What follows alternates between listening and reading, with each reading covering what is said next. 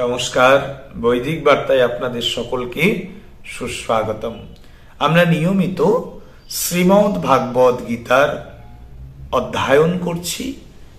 আজ তৃতীয় অধ্যায় কর্মযোগ, আর কর্মযোগের আজকে 25তম শ্লোক আমরা আপনাদের সাথে আলোচনায় অংশগ্রহণ করব। আমরা ইতিমধ্যেই জেনেছি ভগবান নিত্যকর্ম করবার জন্য তিনি নিজেকে উদাহরণ স্বরূপ দাঁড় করিয়েছেন, এবং এই নিত্যকর্মের জন্য তিনি একটি শব্দের উল্লেখ করেছিলেন, সংস্কারাচ্ছন্ন লোক সংগ্রহ, অর্থাৎ ধর্মাশ্রিত পথে যারা অবগাহন করছেন তাদেরকে তো তিনি সমাজে রক্ষার জন্য কাজে লাগাতে হবে। তাই সেই লোক সংগ্রহের জন্য জ্ঞানীদের কর্ম করার প্রেরণা জুগিয়ে ভগবান এই 25তম শ্লোক বলছেন। কি বলছেন ভগবান, আমরা এই 25তম শ্লোকে অধ্যয়ন করব। সত্ত্বা কর্মণ্যো বিদ্যাংসো যথা কুর্বন্তি ভারত কুর্যাদ বিদ্যাংস্তথা সক্তৌ চিকিৎসুলক সংগ্রহম। হে ভারত, হে অর্জুন, কর্মে আসক্ত অজ্ঞ ব্যক্তিরা যেমন কর্ম করে থাকে, আসক্তি বর্জিত বিদ্বান ব্যক্তিও লোক সংগ্রহ বা সংস্কারাচ্ছন্ন মানুষের জন্য তেমনই ভাবে কর্ম করবেন। বলছেন, দেখো, এই সমাজে অনেক মানুষ আছেন অজ্ঞ, যারা শাস্ত্র জ্ঞান বা শাস্ত্রের চর্চা বা সেই রকম জাগতিক পুঁথিগত কোনো গ্রন্থের অধ্যয়নের জ্ঞান গরিমা নেই, কিন্তু তারা নিয়মিত কর্ম করছেন। সেই কর্ম এক ধরনের কর্ম। আর যারা আসক্তি বর্জিত, এই যে যেমন সন্ত সমাজ, এনাদের তো কোনো আসক্তি নেই যে আমি এই ধর্মাচরণ করছি, যাগ যজ্ঞ আদি করছি বা সমাজকে সুস্থ দিশা দেখাচ্ছি আর এর বিনিময়ে আমি কিছু পাবো, এমন তো কিছু নেই। তো যারা এই আসক্তি বর্জিত বিদ্বান ব্যক্তি তথা পণ্ডিত ব্যক্তি, যারা এই সমাজে লোক সংগ্রহ অর্থাৎ সংস্কারাচ্ছন্ন মানুষকে একত্রিত করার কাজে যারা নিয়োজিত আছেন, তাদেরকে কেমন করে কর্ম করতে হবে সেই বিষয়ের নির্দেশ বা প্রেরণা ভগবান দিচ্ছেন। নিজ নিজ বর্ণ, আশ্রম, স্বভাব ও পরিস্থিতি অনুসারে শাস্ত্রবিহিত কর্তব্য কর্ম করার কথাই এখানে বলা হয়েছে। ভগবান অজ্ঞ ব্যক্তিদের ওই কর্মে ব্যাপিত রাখার আদেশ দিয়েছেন এবং জ্ঞানীদেরও তাদের মতো কর্ম করার প্রেরণা দিয়েছেন।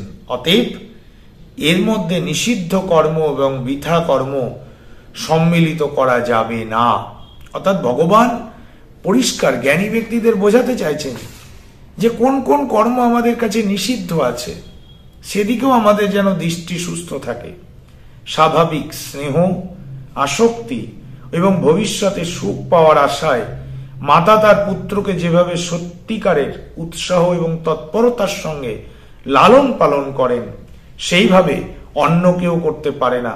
তেমনি যেসব ব্যক্তির কর্মে এবং তার থেকে পাওয়া ভোগে স্বাভাবিকভাবে আসক্তি থাকে, সেইগুলির বিধানকারী শাস্ত্রে যার বিশ্বাস থাকে, তারা সে যেরূপ আন্তরিকভাবে শ্রদ্ধা এবং বিধিপূর্বক শাস্ত্রবিহিত কর্ম সুষ্ঠুভাবে পালন করে, সেইভাবে যাদের শাস্ত্রাদিতে শ্রদ্ধা এবং শাস্ত্রবিহিত কর্মে প্রবৃত্তি নেই, সেই সব ব্যক্তি তা পালন করতে পারে না। স্বাভাবিক, যাদের শাস্ত্রের প্রতি শ্রদ্ধা ভক্তি নেই, তারা তো সেগুলো পালন করবে না।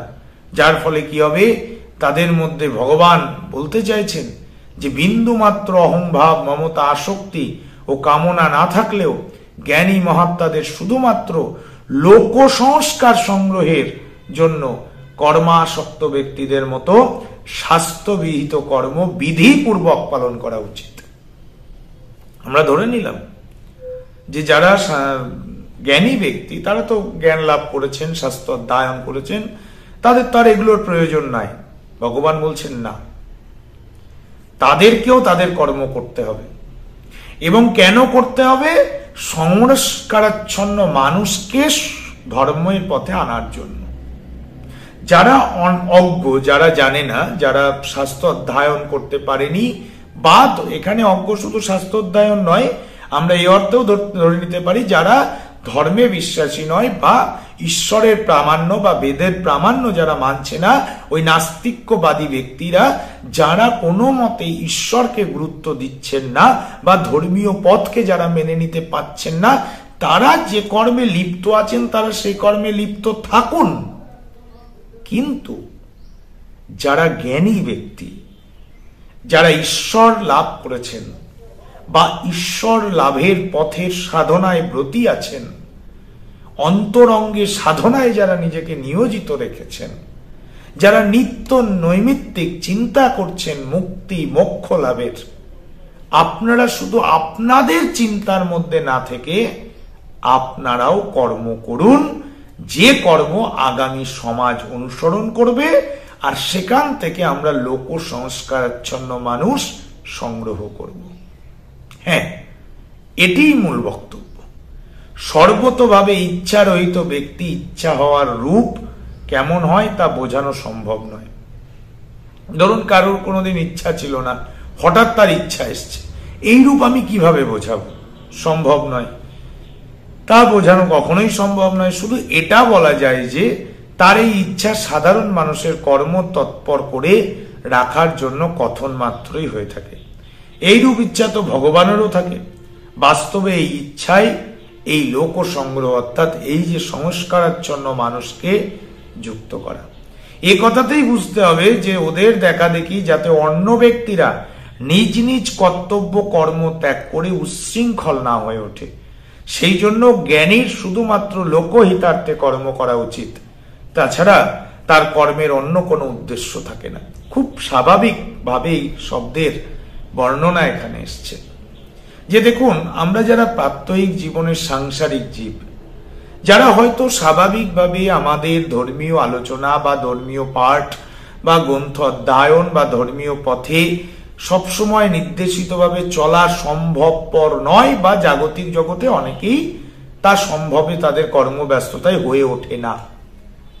কিন্তু তারা যদি এই পণ্ডিত ব্যক্তি বা বিদ্বান ব্যক্তি বা এই সন্ত ব্যক্তি সন্ন্যাসী সমাজকে দেখেন, তাদেরকে পথকে অনুসরণ করেন, তাদেরকে চিন্তন করেন, তবু তো তারা কোনো একটা সময় গিয়ে তাদের কর্মের মধ্যে দিয়েও তার এই ইচ্ছা বাসনা তৈরি হতে পারে যে আমি একটু দেখি সন্ত জীবন বা এই সাত্ত্বিক জীবন কেমন। আমরা তো অনেক এই ঐতিহাসিক মহাকুম্ভ প্রয়াগরাজ আমরা দেখলাম, কত সন্ত সমাজকে দেখলাম, কত ঋষিকুলকে দেখলাম, কত ব্যক্তিকে দেখলাম যারা তাদের নিজের কর্মজীবন ছেড়ে সন্ন্যাস হয়েছেন, সন্ন্যাসী রূপ ধারণ করেছেন, গ্রহণ করেছেন সন্ন্যাস গৈরিক বস্ত্র। এই যে চিন্তন, ভগবান এই কাজকে বাঁচিয়ে রাখার কথাই বিদ্বান, সজ্জন, পণ্ডিত, সন্ত, ঋষিকুল, সন্ন্যাসী সমাজকে দিলেন। যে আপনারা শুধু এটা ভাববেন না যে আপনারা সব বুঝে গেছেন বা আপনারা সব পেয়ে গেছেন বলে নিত্যকর্ম থেকে সরে যাবেন না। আপনারাও আপনাদের নিত্যকর্মে যুক্ত থাকুন, যেটা সমাজ লোক সংগ্রহের কাজ করবে, অর্থাৎ মানুষ আপনাদের দেখে অনুসরণ করবে, অনুকরণ করবে এবং ঈশ্বরের পথে, ভগবানের কাঙ্ক্ষিত পথ মোক্ষ লাভের পথে অনুধাবিত হবে। আজ এটুকুই। সকলে ভালো থাকুন, সুস্থ থাকুন। হরে কৃষ্ণা। ওম তৎসৎ। ধন্যবাদ।